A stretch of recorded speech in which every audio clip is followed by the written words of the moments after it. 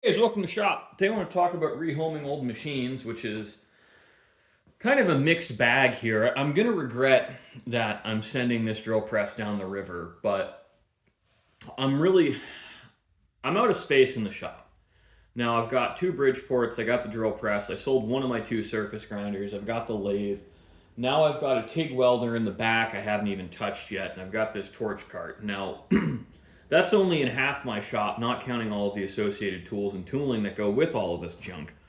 And here's the tough thing about it. It's just there's only so much floor space in my shop. It's a two bay garage I've repurposed. And this drill press is huge. Well, it's really useful. Don't get me wrong. Like, I love it. I'm grateful I have it. It's made me a bunch of money over the years, but I don't need it anymore. And I can't justify it when I have two mills because, really, for the majority of drilling work I do, I can do it on the mill, on one of my mills. I can just pull off the milling machine vise I have on there. I can pop my drill press vise on. I can float it, do what I got to do.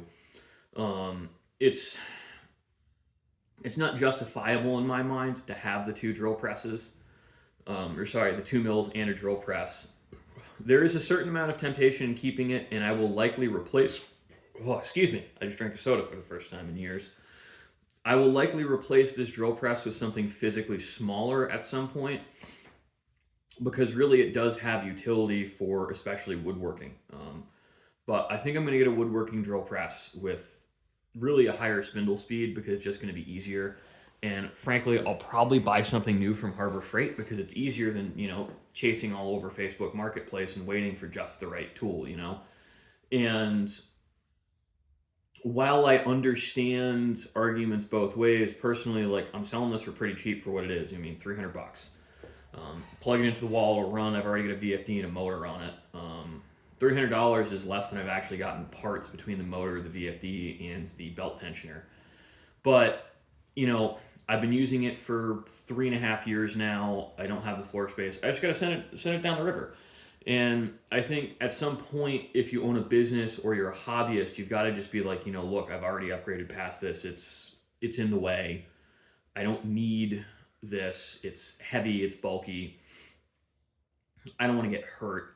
And I'm not sure how the purchasers will move it. I have an engine hoist on site. Apparently, they have a forklift, which would be fantastic. And smaller world, I don't know if I've already said this out loud, but they're YouTube viewers, so that's kind of weird that that's my first professional interaction with a YouTube viewer in person. I've gotten stuff shipped in and out. I get calls from YouTube viewers semi regularly, but it'll be the first time I physically interact with a YouTube viewer, which is really weird. I'm not used to that. I might, depending on how much of an asshole they are in person, I might throw in a Morse tape or knockout for them. But, I probably won't because I only have two, and I know as soon as I get rid of one, I'm going to lose the other one. Because that's one of those things I've been, not letting myself purchase because I already have two. I don't need to keep them all over. They're good to have floating around. What I would suggest if they do it a lot is set a hook up and put the knockout on a hook screwed to the machine if they're switching chucks a lot.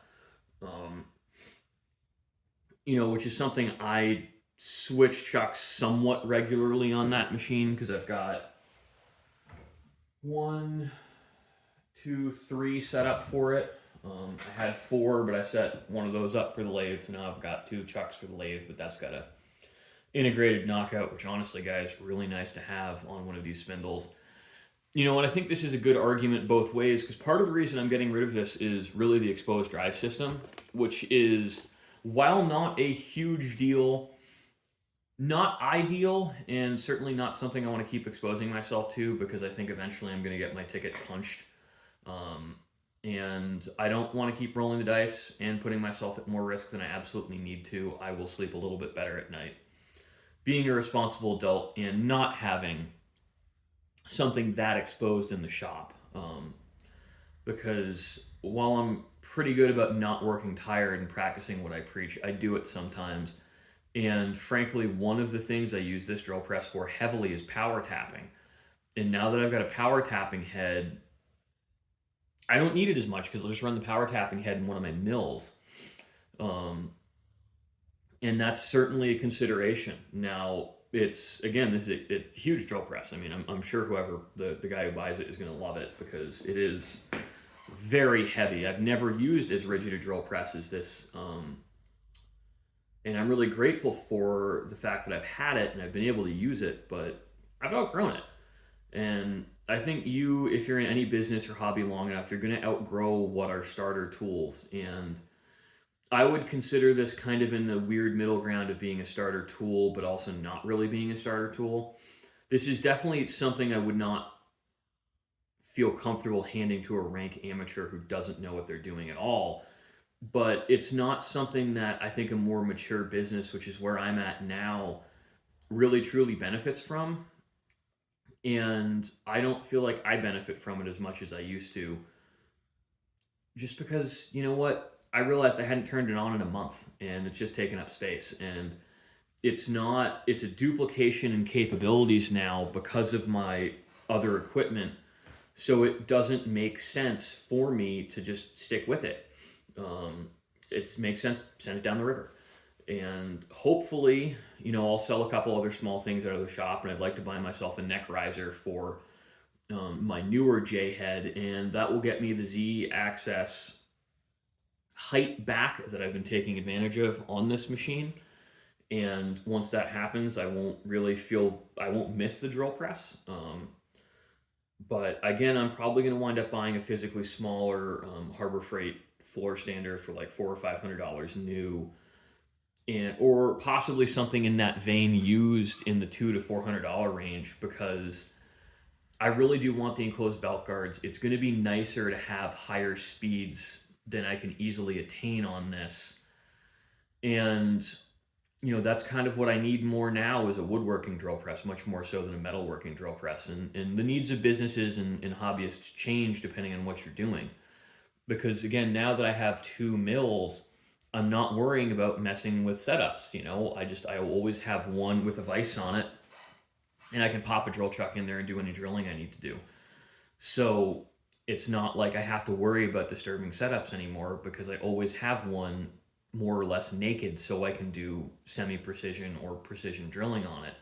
And you know what? It's going to be a relief to get some floor space back. It's going to be nice to have some breathing room back in the shop.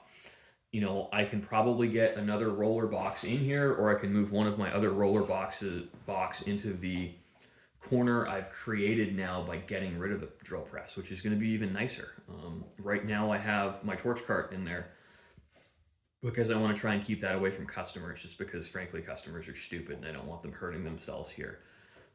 Insurance liability is going to be problematic. But thanks for watching, guys. I hope you enjoyed.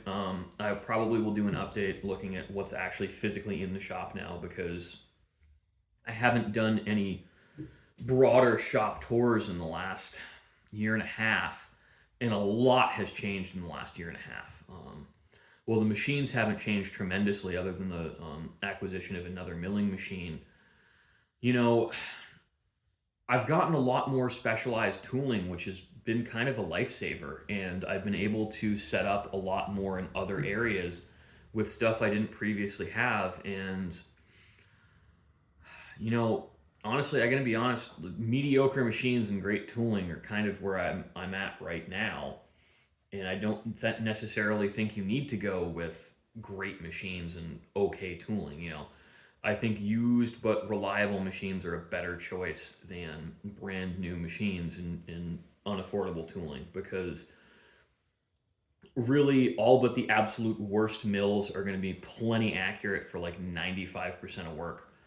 And it's really hard to do any work with a bad milling machine vise, bad hold downs, bad cutters. That's really going to be make or break, in my opinion. So thanks for watching, guys. I really hope you enjoyed the video. Hopefully it wasn't too rambly. I'm trying to keep it tight and concise over here.